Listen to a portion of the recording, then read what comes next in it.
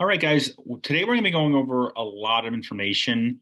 Obviously, you know, or I guess many of you hopefully do know already, that a lot of stuff has changed in admissions, financial aid, the forms, deadlines, due dates, and everything else. Now, thankfully, for the juniors and sophomores on the call today, obviously it's going to be a little bit better for you guys than it is for this year's seniors, because this year's seniors are dealing with a lot of issues, especially with the FAFSA form. But hopefully by the time it gets to you guys, which won't be for another year or so, at least for financial aid consideration, most of the bugs and most of the issues that seniors are dealing with this year will be out.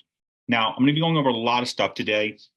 Let me just start here by the outline here, the presentation here. On the top right-hand corner of every slide is my email. You can just email me if you have questions later on. Now, we're going to be going over, obviously, the college landscape, the financial aid differences, the changes. We're also going to be going over creating a college list, how it affects the admissions and financial aid, now how it affects each other rather than one being separate from another, because now they're both basically the same thing in some colleges as far as the due dates, deadlines, and forms being due at the same time. We're also going to go over the SAT, ACT optional situation, how that's also affecting financial aid and scholarship money in the world of college, as well as safety, target, and reach goals, how it does affect, depending on your students' availability to get into college, how much financial aid may or may not be available for you guys, as well as we'll be touching on some of the financial aid form stuff like the FAFSA and the CSS and state forms a little bit, not too much, because obviously for you guys as sophomores and juniors, most of the forms won't have access to them or won't be able to fill them out until senior year, because typically senior year, right around October, November, is when most financial aid forms come out for you guys to fill out. Today, I'm basically going over the overviews and things that will be happening for next year for you guys, things to kind of get you guys ready and prepared when you fill out the financial aid forms in senior year. I'll also be going over some scams, some frauds, things to watch out for that hopefully after today, you guys will be able to avoid, as well as social media landmines, things to watch out for, a lot of things that students don't consider or thinking about, not just in the financial aid aspect, but also in the admissions process as well. Now, all that being said, we do have a YouTube channel. Our YouTube channel actually goes over a lot of stuff. Now, I have videos pretty much about everything on the college process. Just this week alone, we will be posting a video about the SAT, ACT optional going forward for juniors and sophomore this year, how it's going to affect you guys next year when you guys start applying to or looking to apply for college, how big or how important or not important it will be for you guys when considering SAT, ACT optional. That video is going up sometime, I think, either tomorrow or Friday. Now, on the channel, I have over 250 videos at this point in time, basically covering everything in the world of college, from the financial aid forms, how to find more scholarship funds, pretty much everything. You can just go to YouTube, just type my name in, Ed Zamora, our channel pops up, and we have literally videos about everything. Rutgers free reduced tuition programs also on there, that video. Now, when it comes to the channel, as far as our YouTube channel, the videos you guys watch there also help out with our scholarship fund. We have what's known as a James Russo Memorial Scholarship. The James Russo Memorial Scholarship is a scholarship we set up that every year we try to give out as much money as possible to graduating seniors going off to college. Now, every year our goal is typically to get to as close to, if not go over, $15,000 a year. And all the scholarship funds that we give out are all based on you guys watching the YouTube videos, because every one of these videos at some point in time has a commercial.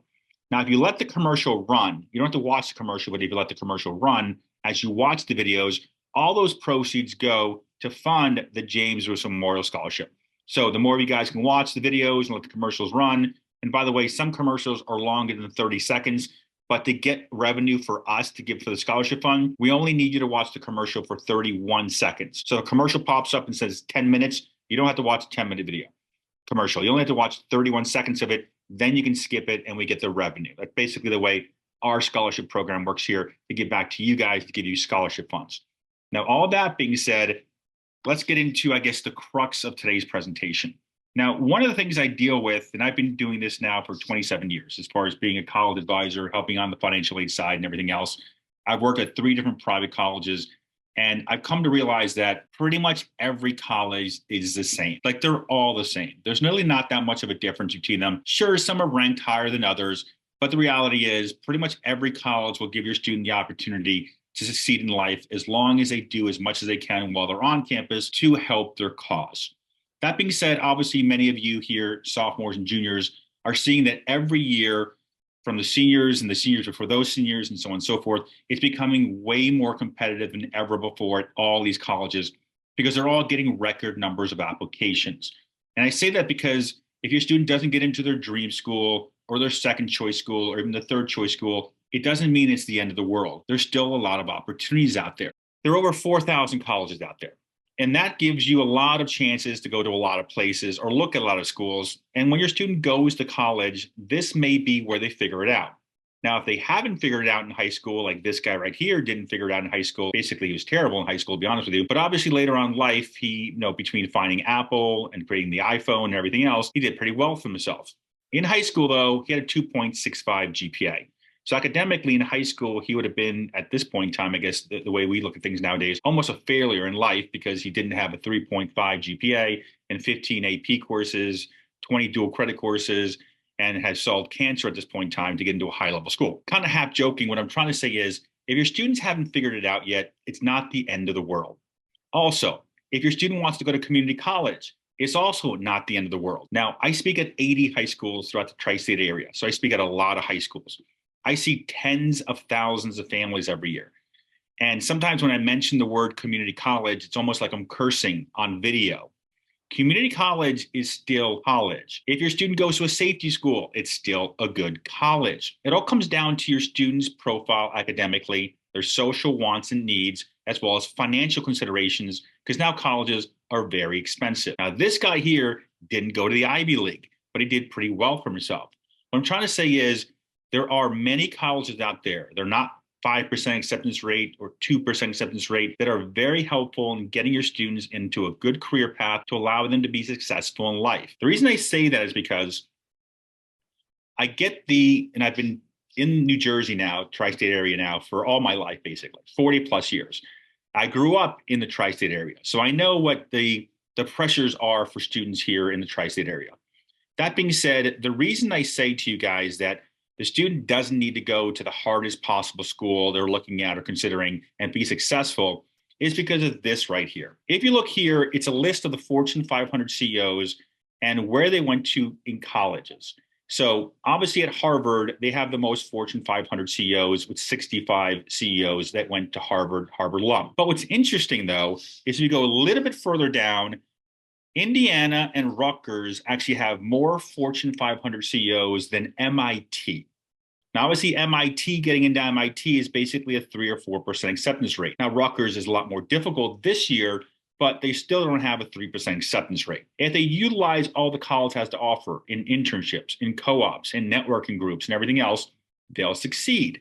If they don't do these things, then they very likely will make it a much harder path for themselves. But I'm very certain that almost no one here would have thought that Rutgers, in their entirety of having students go to Rutgers, has more people that graduated Rutgers and become Fortune 500 CEOs than MIT. So the reality is it's what your student does when they go to college and then afterwards that basically makes a successful career or not. Because also Indiana is also ranked higher than MIT. And to get into Indiana is also a much higher acceptance rate than MIT. So just things to think about as you go through this process. Now, all that being said, how do we even start? The first question I get from like every freshman family, every sophomore family, every junior family is, I don't even know where to start. Like, what do we even do at this point in time? We have some colleges in mind. We maybe have a major. We don't know about a scheduling next year. We're still taking testing. Where do we start? Very simple. I typically tell families the best place to start is here on College Board. On College Board, it allows you to either a college search based on specific colleges or specific majors or specific regions or specific test score opportunities. All this information, once you guys go here, will allow you guys to basically start the college list. Now, what I like about going to College Board is it has almost everything on here, from admissions-based information to financial aid-based information. And one of the things I tell families all the time is the parent should really be on here more than the student, because the students are all talking about this all day long with their friends, the guidance counselors, and everybody else. So they're kind of in the world in that mix of, I'm thinking about this kind of school. Parents, most of the time, you guys kind of come in at the tail end after the student says, this is where I want to go visit and kind of apply to, et cetera. And then you guys kind of jump in at the end of the game when everything's kind of done.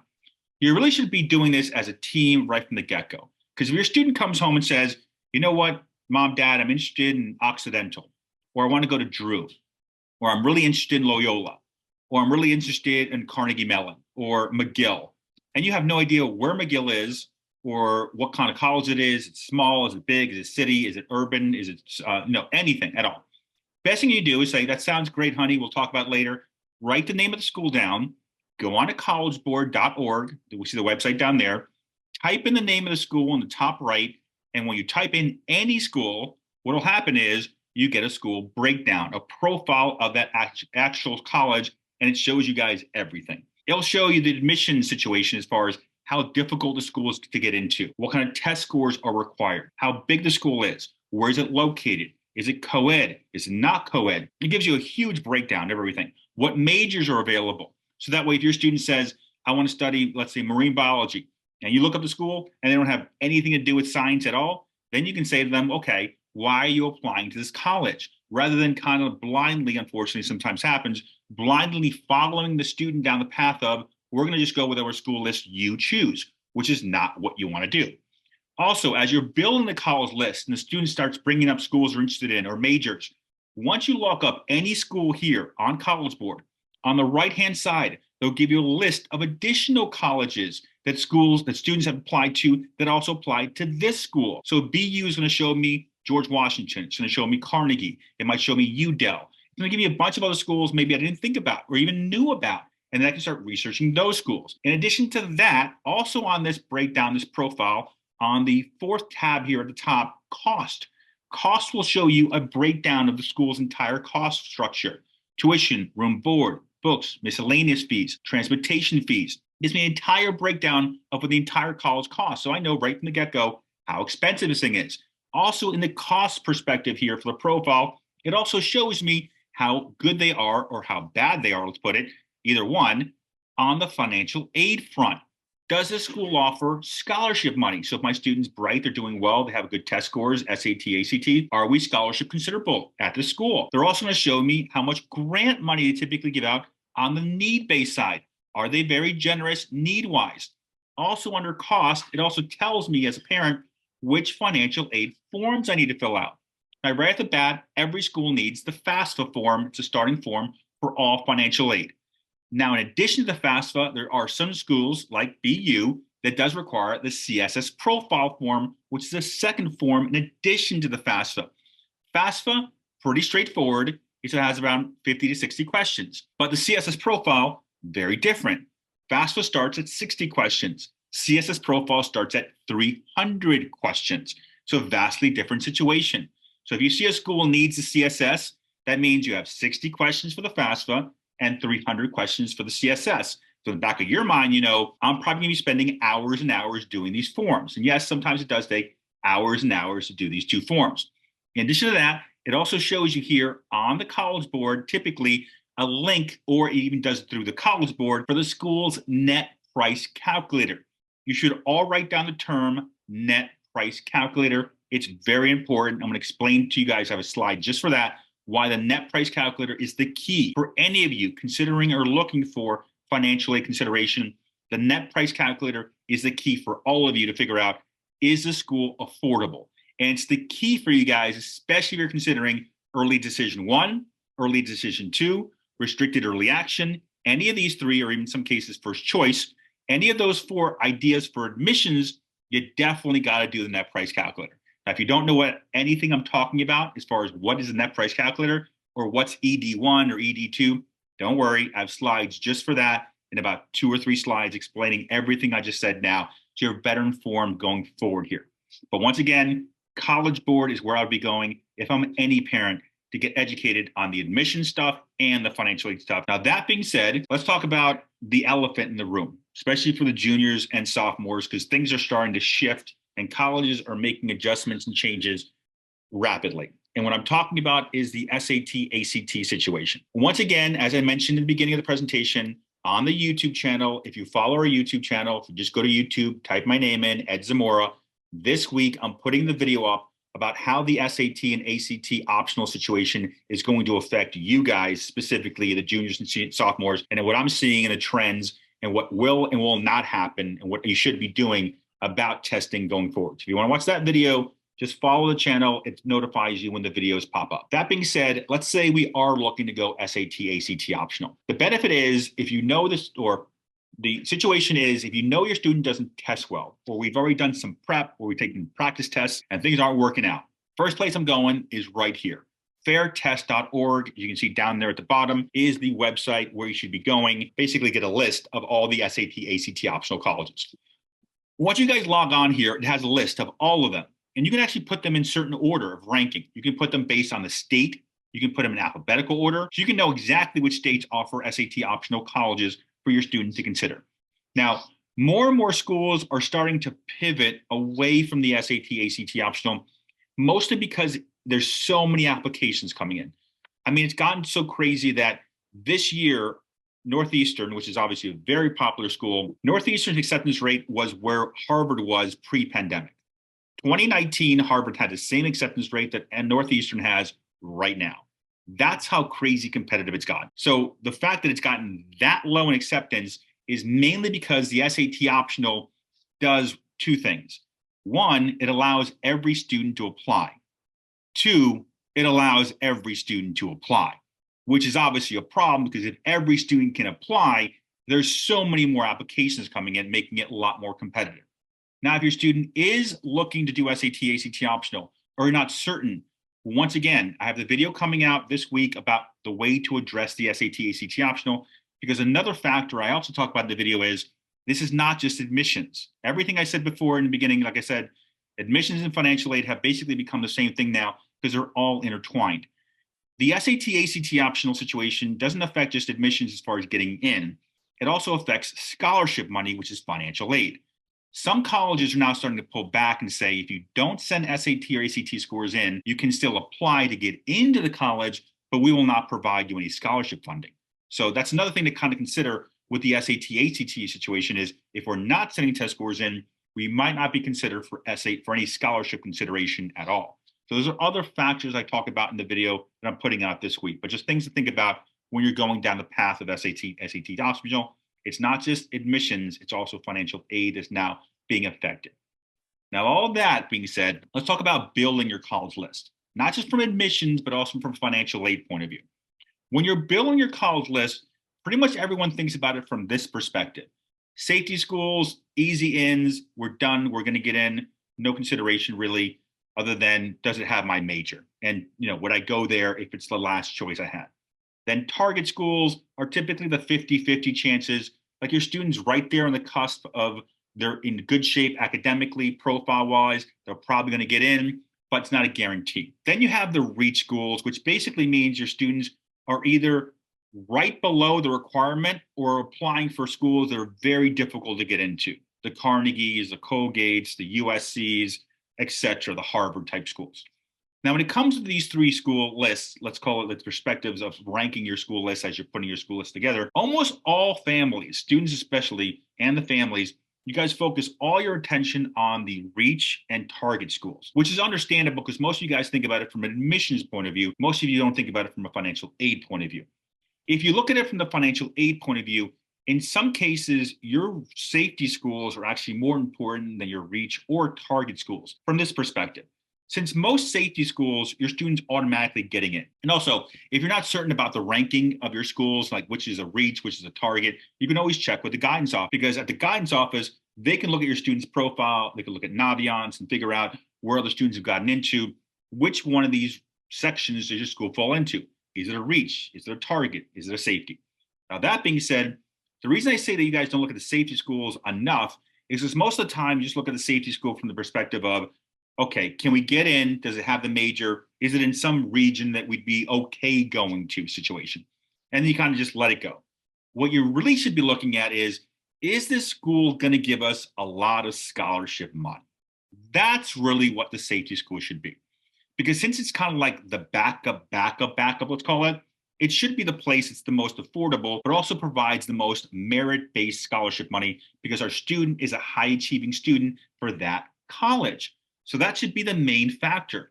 So if you can pick safety schools and not just have the major, not just have the region or the social aspect you're looking for, but also have that scholarship component also attached, the benefit there is if we have a good amount of safety schools, typically 2 or 3, they threw a bunch of scholarship money at us, we can then use those scholarship funds, those awards, to then try to leverage the target and reach colleges to provide us with more scholarship consideration.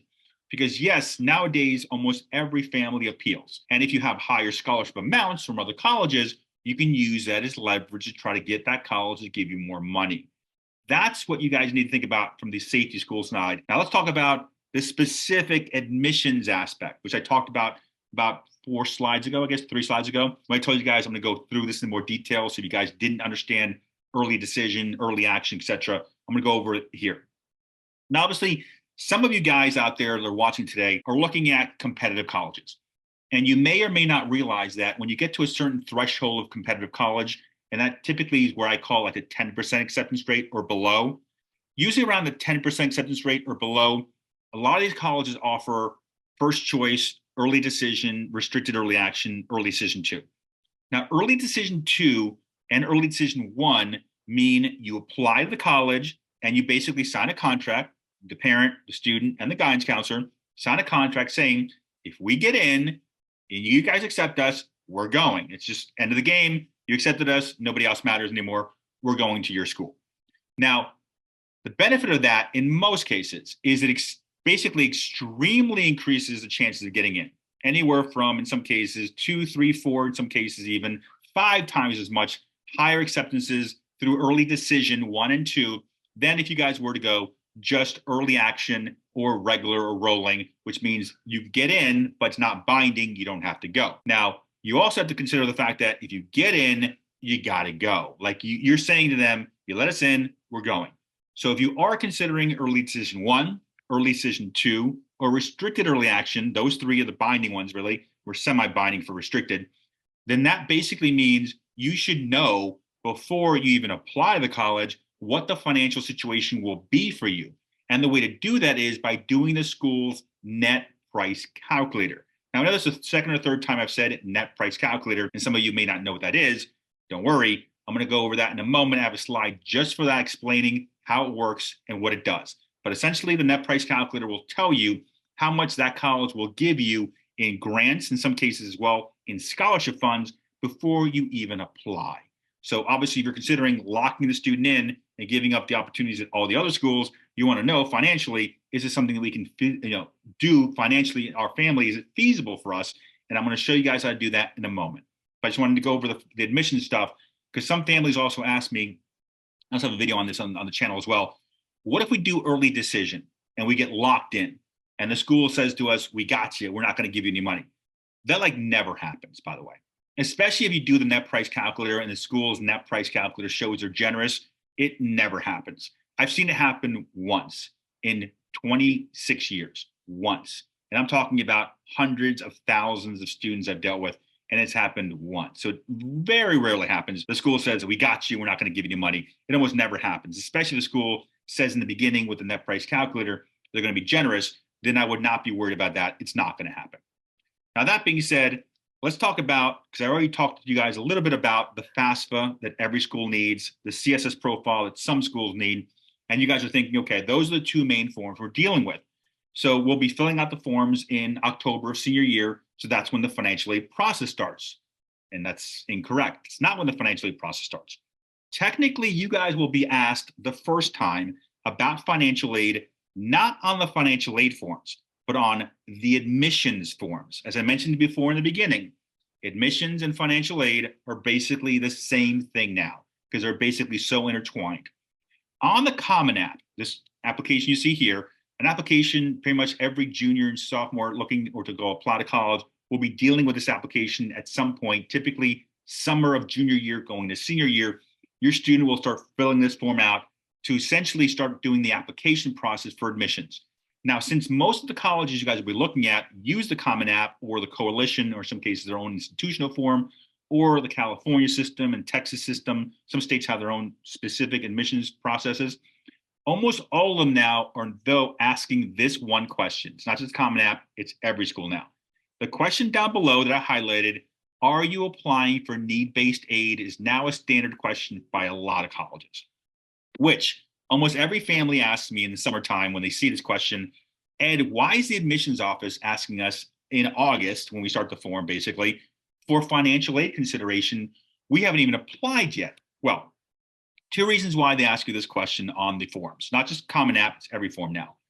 Two reasons are, number one, because they care and it is part of the admissions process. And then number two, it's just a standard question and they don't really care. So how do we know if they care and it's going to be used against us, let's call it, because we're asking for aid, or if they don't care, it's not going to be used against us? And the answer is very simple. You call the school's financial aid office and you ask them, is your school need aware or is your school need blind? If they say need blind, they don't care. If you say, yes, I want aid or I'm looking for aid, or no, I don't, say, it's not going to help you or hurt you in financial aid as far as getting in. If the school is need aware, that means they are looking at your financial ability as part. It's a small part, by the way, not a big part, it's a small part. A small part of the admissions acceptance or decline for you guys. So it will be part of the consideration if you do ask and do say, yes, I am looking for financial aid help. Now, I know a lot of families think that the loophole is, I'm just going to say no the first year, then increase my chances of getting in, get the student in, and then year two, I'm going to start filling out financial aid forms every year. And they already know this trick, by the way, unfortunately. So it's not really a loophole. There is no loophole here. What some colleges have actually come out and said is if you guys don't ask for financial aid here for the first year, they will bar you from applying for financial aid for minimum 2 years, freshman and sophomore year. Other colleges have taken it even further, especially the more competitive schools, and said, if you say no here, and we're asking because we want to know, then we will bar you from applying for financial aid, need-based aid for all 4 years. So since some of these colleges cost $80,000, even $90,000 now, if you indicate no here, what you are saying is, I am perfectly fine paying $320,000, $350,000, $360,000, depending on the school's starting price, thousands of dollars over the next 4 years. That's what this no here means. Now, what a lot of parents will ask is, well, Ed, how would you answer this question? For me, it's very simple. I first do the net price calculator and figure out, is the school going to be generous to my student or not? If they're not going to be generous and I don't expect to lose my job anytime soon or in the near future, then I'm just going to indicate no, because it doesn't matter. If I know the school is going to be very generous and we need financial aid help, then I'm going to indicate yes here. Because even if the school rejects my student, the letter of rejection has been the same for like 40 years. It's always the same letter. Thank you for applying. We appreciate your application. This year we had a record number of applicants. Unfortunately, we don't have a spot for you, yada, yada, yada. It's always the same letter. It's just better, basically better paper every year. And they change the logo of the school every year, every other 4 or 5 years. So, but the verbiage is all the same. It never says you would have got in, but your parents need financial help. It doesn't say that. So you'll never know why they got in or they didn't get in. But if I need financial aid help, I'm always saying, yes, I'm applying for need-based aid, okay? Which then brings us to, there we go, the college visit. Now, most people look at the college visit, once again, with the blinders on, as the admissions consideration, which you guys will take your blinders off. And let me explain to you how you should be doing a college visit. And by the way, I have a video just on this more in depth on the YouTube channel. As I mentioned before, I have videos on the YouTube channel for literally every question any of you guys even have in mind or will come up later on. Because every time I do a presentation or I do a consultation for the parent or I do financial aid forms with the parent, all the questions you guys keep asking me, I just make YouTube videos and just put it on there and then just get the revenue to help you guys back with scholarship funds. Now, when it comes to the college tour, what most families don't do and what you guys should do is this. First, once you set up a college tour, the first thing you want to ask is, can we sit down with an admissions officer and can we sit down with a financial aid officer? Those are the two people you want to know is, when I'm on the tour, can I sit down with these people one-on-one, not a group setting, they're doing a presentation, that's not helpful. Can I sit down with you one-on-one and ask you questions? If they say yes to both, that's the key, then what you will do is you will bring certain items with you that almost no one brings and has never made sense to me, and I've worked at 3 private colleges why people don't bring these items. 1, a copy of the student's unofficial transcript. 2, a copy of the student's resume showing work experience, achievements, honors, pretty much a breakdown, just bulletin points, community service, volunteer. Doesn't have to be a perfect resume. You can just bulletin everything. Honors, bulletins, work experience, bulletins, achievements, bulletins, etc. Clubs, sports, no, that kind of thing. Then third, you want to make sure to have with you any test score the student has. Could be an SAT score, a PSAT score, could be an ACT score, could be a practice SAT or ACT score. Just have a test score with you. And then fourth, a copy of the parents' taxes, the latest taxes. And what you will do is, when your students, basically this is the way every tour works at every college I've worked at, and every other college does the same thing. They take mom and dad, you guys go that way, and you talk about career stuff and internships and adult stuff, like paying the mortgage and so on and so forth, and insurance, the boring stuff. And then the students go that way, and they talk about the sports and the clubs and the activities and everything else. So the student's looking at the life of the college. You guys are looking at career paths, costs, and everything else. Now, once you guys are split up, or once you guys are together, it doesn't really matter. Once you're able to sit down with the admissions office, the key is to basically ask the first question that no one asked that you should all ask, which is, here's my student's transcript, here's their resume, here's their test scores. How should I apply? Do you think early decision 1's a good idea? Is it okay to do regular? What do you think about first choice for us? Early action 1, early action 2. What do you think about us considering restricted early action? How would you handle this? This is the exact person, or one of the people basically, in the, they talk the round table, they all sit down and say yes or no scenarios. This is the person who's going to say yes or no. Why wouldn't you ask this person how to apply? This is the exact person I want to ask how to apply, because they know what kind of competition I have. Am I at the top of the list? Am I in the middle of the list? Am I at the bottom of the list? Now, they're never going to say to you, I would definitely do this because of the fact that you have, this major in mind. What they typically say is something like, it looks like you have roughly around a 30 ACT score. Our average median score is usually around a 32 or 33. I might not consider sending test scores in, but it's up to you, which means you're so far below their test score, it probably doesn't make sense to send it in. Or they might say something like to you, well, you have a 31. Typically, our median score is 29, but at a 32, we give out a higher scholarship, which means if you took the test again and got that one more point, you might save an extra $5,000, maybe $6,000, $7,000 a year. So this is the person that not only tell you what's the best way to get in if you apply and increase your chances or decrease your chances, whichever way you look at it, but they're also going to give you information about the SAT, ACT. They're also going to give you information about scholarship funding. And when they say to you that, yes, you are scholarship bound, or you're in that range for scholarships, the next question should always be the same.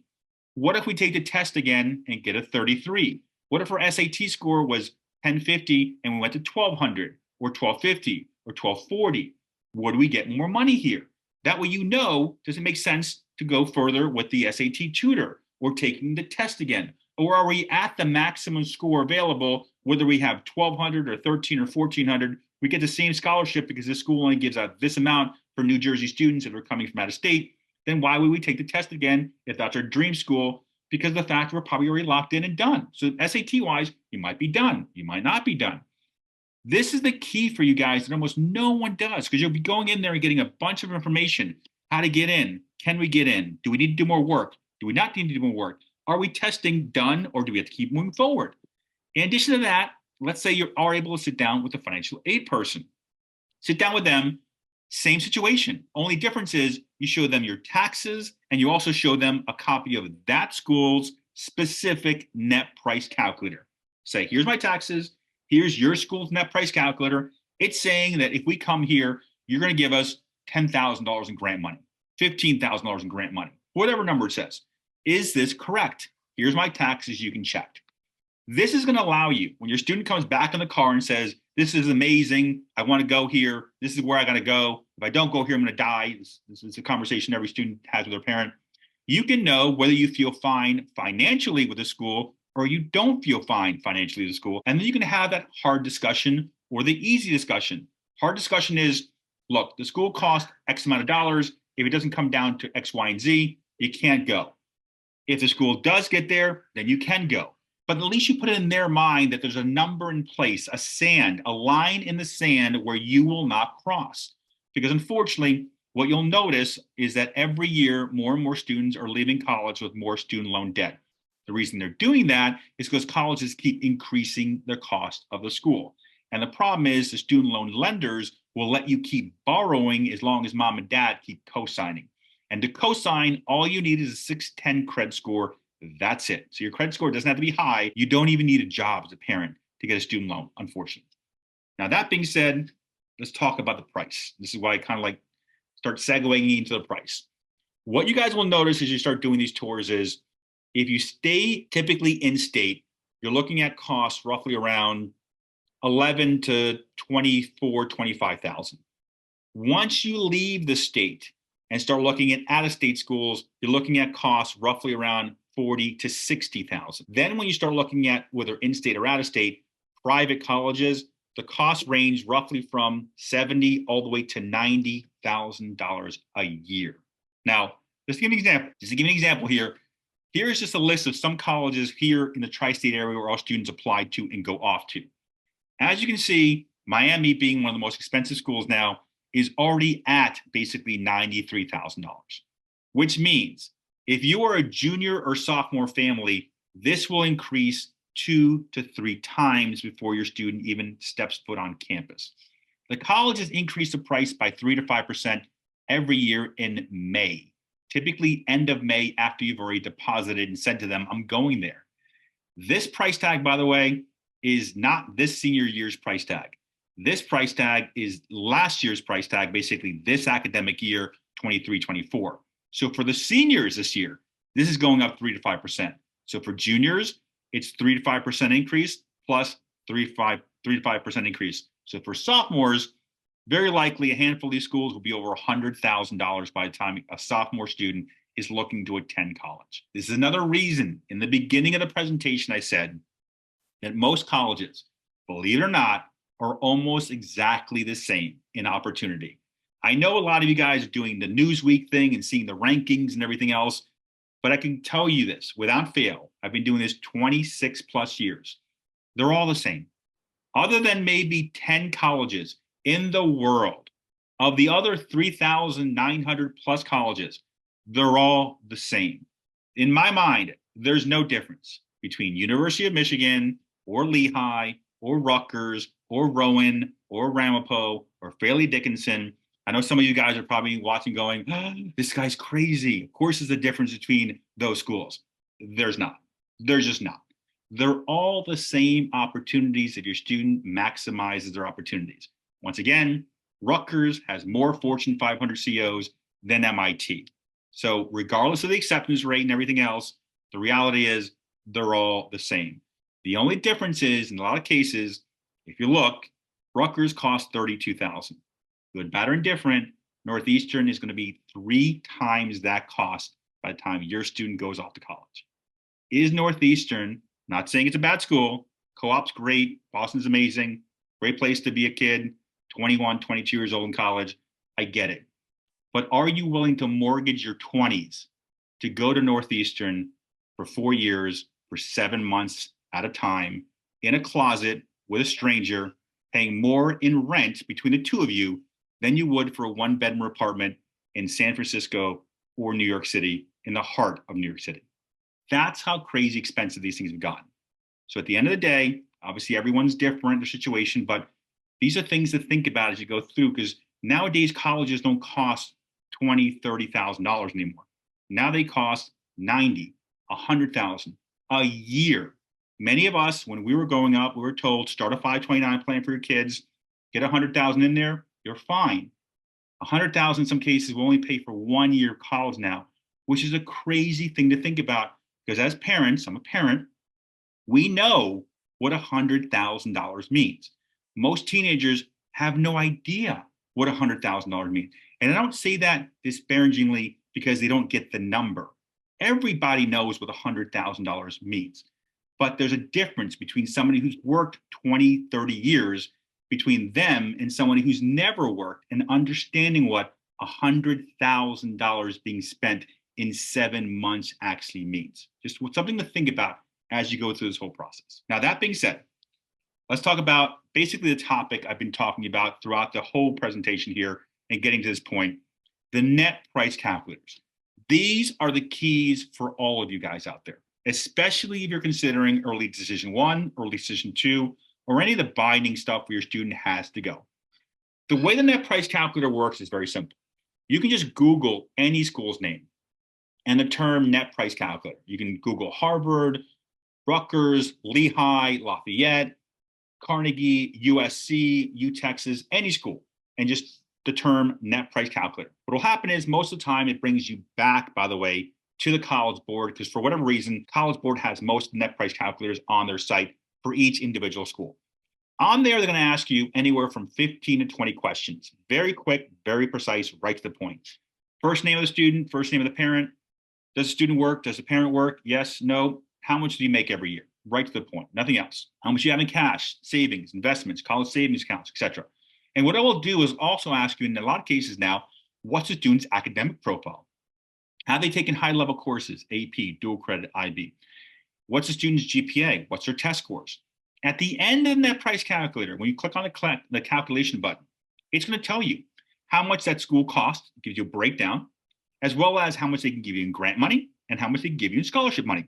So the keys here for all of you, obviously, is doing these to figure out, is the college in an affordable aspect, an affordable level, where we feel comfortable moving forward and letting you apply. This should be done before your student even applies, because this is what happens, and I've been doing this for decades. You say to the student, apply wherever you want. Then they apply wherever they want. Then you come in later on and do the financial aid forms and hope and pray somehow this is going to become affordable. It's not the way it works. It's essentially like you saying to your student, you just got your driver's license, leaving them on a car lot and saying, buy whatever car you want.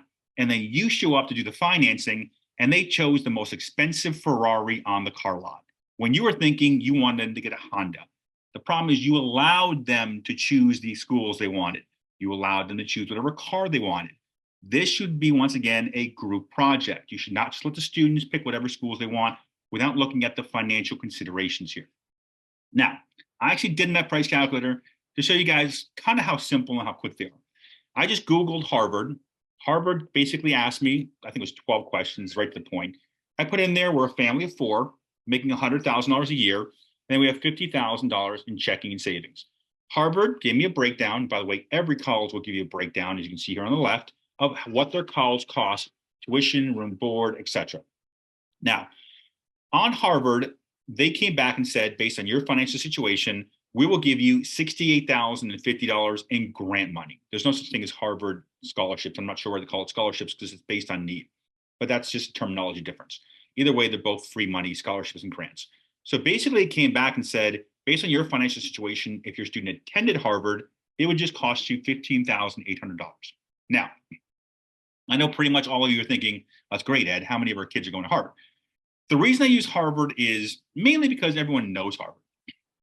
But it's also to explain to you guys that even though Harvard, technically the hardest school to get into at basically a 3% acceptance rate, even though it's impossible to get into, doesn't mean you have to apply to impossible colleges and hope to get in to get a lot of financial aid. Every school, a lot of them are not impossible to get into like Harvard, but have similar financial aid opportunities. Schools like Cornell, Columbia, Carnegie, schools like Lafayette, schools like Gettysburg, schools like Franklin and Marshall, schools like USC, schools like Vanderbilt, schools like Fairleigh Dickinson, schools like Rider, schools like Quinnipiac, schools like Fairfield are all very, very generous and not impossible to get into. Now, you would know how generous your specific school list is if you do the net price calculators, which is the key for all of you. Realistically, whether you're doing ED1 or ED2 or not, you got to do the net price calculators to have a consideration of comfort when choosing a school list. Now, that being said, let's talk about a big change that's probably going to affect the juniors and the sophomores. It hasn't affected the seniors this year, but it's very likely to go through for next year. Starting next year, if you're divorced or separated, they're going to start asking on the financial aid forms, because typically on the FAFSA, they only ask for one parent's information. They used to ask for the parent who was housing or where the student lived 51% of the time. Sorry. So if the student said they live with mom 51% of the time or more, then you would use mom's information. That's now gone. This year's seniors are being asked who provides 51% of financial support or more, which to me is a bad way of trying to fix the situation, because before, parents would just basically figure out who made less money, mom or dad, and then if you're separated or divorced, you just say they live with you. because they never checked where the student actually lived majority of the time. Now, the fact that they're asking for 51% of support or more, to me, doesn't actually change the question, because the reality is, if mom or dad are both working and you guys live within the same town or close enough, and if each one of you is making at least 40,000 or above, you can choose either parent, to be honest with you. Even though you're not supposed to, you still can. So that doesn't really fix it. So what they're looking to do for juniors and sophomores, for you guys, when you do your FAFSAs, which would be for juniors, 2023 taxes they're going to be utilizing, and for sophomores, 2024 taxes, they're looking to basically go down the road and ask you guys, not where the student lives, not who supports them, but who claims the student. So if you are divorced or separated, doing separate taxes, I would suggest for your 23 taxes, if you're looking to maximize financial aid eligibility, at least for the 23 taxes, provide the student to be able to be used, claimed as dependent by the parent who makes the lesser income.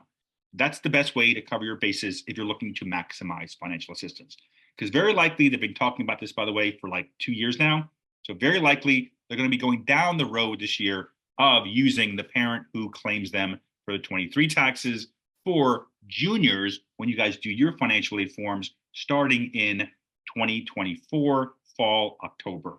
And for sophomores, your 24 taxes for 25 fall, October, when you guys are doing your financial aid forms. Now, all that being said, let me go, I don't want to say off topic here, but kind of off topic in the sense that I'm going to talk about one thing that a lot of people don't discuss, specifically when it comes to the admissions process. Not so much financial aid here, but for admissions. The colleges are going on your students' social media pages, the Facebooks, the Twitters, the Instagrams, and everything else, the TikToks. A lot of the higher end schools and some of the more competitive colleges are going on here mainly because they're looking for reasons to reject your students. Now, as most of you may know, if you watch my videos or if I talk to you, done consulting with me, you know I just go right to the point. If you ask some of these colleges, the reason why they're asking for the social media pages on their admissions forms, or the reason they're going on here, some of them will be honest and say, we go on there, they say, to get a better perspective of your student. They're not going on there to get a better perspective of your student. There's no need for a 30-year-old admissions officer to get a better perspective of a 16-year-old on TikTok. That's not why they're doing it. They're doing it to find reasons to reject your students. To give you an example, NYU has gotten 100,000 applications every year since the beginning of the pandemic. They never were anywhere near 100,000, but every year it's 105, 111,000 applications, 106. They have too many applications. They don't have enough spots. So what better way than to read your main essay, your supplemental essay, your resume, your recommendations? What better way that if I'm on the train going into NYU and I'm going through social media? That's offensive, rejection. That's immature, rejection. So if your student's posting anything that might be offensive to anybody, I don't care if you're the Republican side or the Democrat side or any side, I don't care if they're putting up stuff that's immature, but they have 1 million likes, just take it down. Just make it private. You gotta make the sites private. If your student doesn't want to make it private, stop paying the phone bill. I know it sounds kind of funny, but I'm being dead honest. These people are going on social media. They're finding reasons to reject students that are easier for them than reading the essays, than reading the recommendations, especially if you're dealing with a high-level school like NYU. And I keep using NYU because they have so many applications, but it's not just NYU. Because at NYU, if I have 110,000 applications and I have 10 people in admissions, basically, that's about as many people I have, 10. Why in God's name would I read 10,000 main essays, 10,000 supplemental essays, and since 2 recommendations, 20,000 recommendations, when I can just go on social media and find people to reject? That's why I say this is highly important, something to be watching out. Now, that being said, let's talk about some of the best stuff happening here in Jersey. From Rutgers, which has been very good. And unfortunately for you guys, it's going to be and continue to be very difficult. I say very good because Rutgers started what's known as the Scarlet Guarantee now 2 years ago.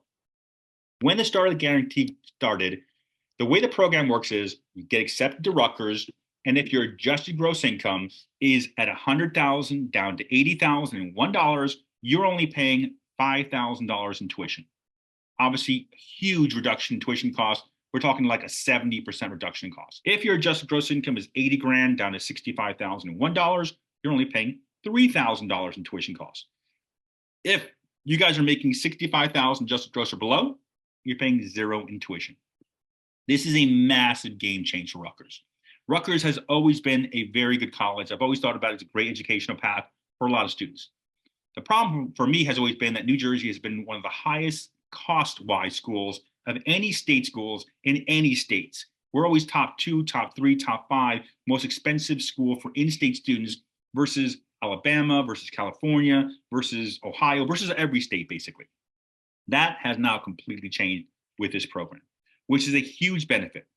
And here's the negative, because as you notice, as the presentation goes on, I show you guys the good and the bad about everything. Difficult part is this year was the first year that everyone caught on to this. Every senior family who is making $100,000 or below realized this situation, and they all applied to Rutgers.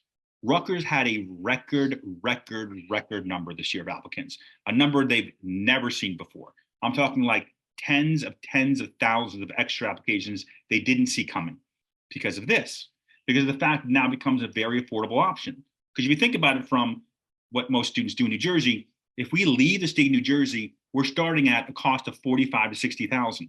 But if I go to Rutgers and I'm making $100,000 or below, I'm paying $5,000. $5,000 tuition costs, $40,000 to $60,000 tuition cost.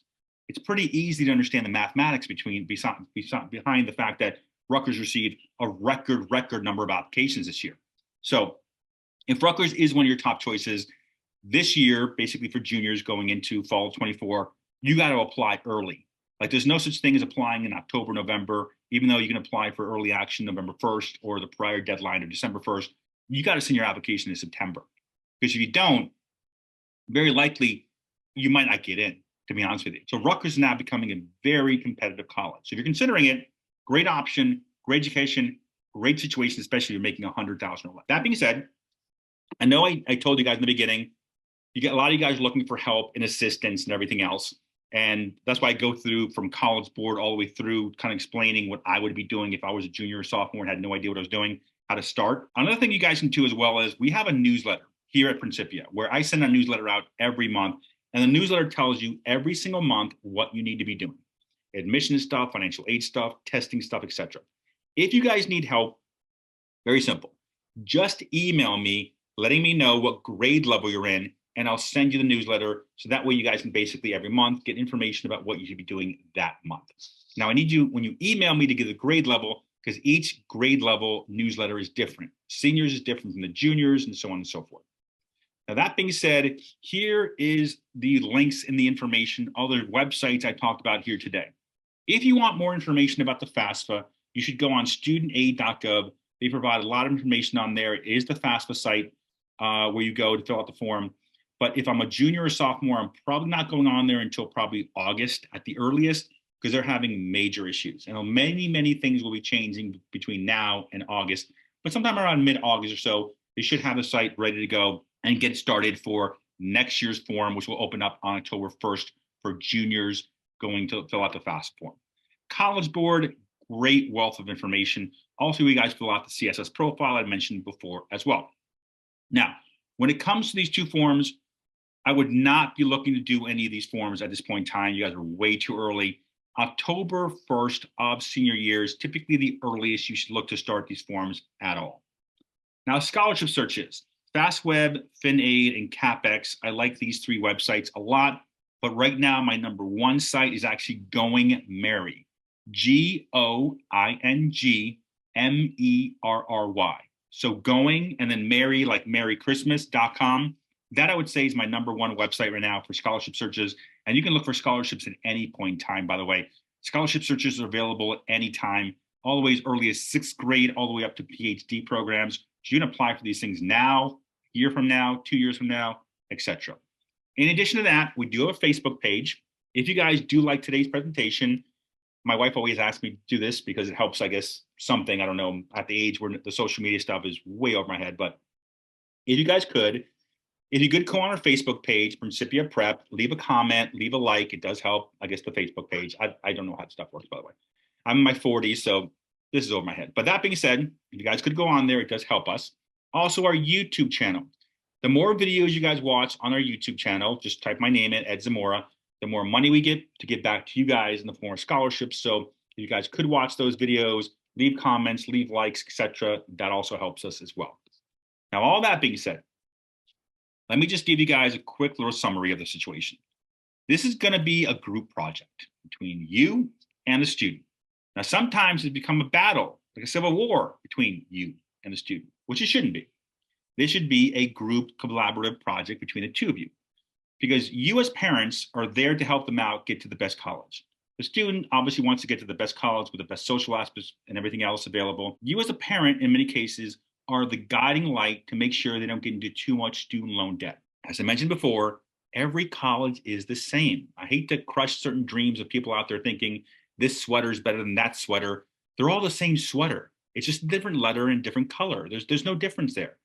The reality, though, is that sweater going to bankrupt your kid and mortgage their? And the problem is when loans are so variable, so easily available, as long as you have a 610 credit score, you can borrow hundreds of thousands of dollars. People can get in trouble. When you go into 150 of debt, 200,000 in debt, your student will be paying back any lender $2,000 to $2,500 a month for the next 10 years. Even if your student is lucky enough, which doesn't happen anymore, to start at a job making 100,000. Once again, for students on the call, this doesn't happen anymore. It will not happen anymore for a very long time. Everyone is being laid off at large companies. They're not going to hire an entry-level student at 100,000. Even if you make 100,000, if you're paying back any loan company $2,500 a month, that's $30,000 out of 100,000. And you might be thinking, well, I still have 70. You don't have 70 because the government wants their cut. And FECA wants their cut. The state of New Jersey wants their cut. You have to pay your insurance. By the time you get down to it, if you're paying $2,000 or $3,000 a month, you're under the poverty level. You will not be able to move out. You can't get a car. There's no Hoboken or Jersey City or living in Manhattan. There's no Boston. There's no Miami. There's no California. There's you living in your parents' basement until you're 40 years old.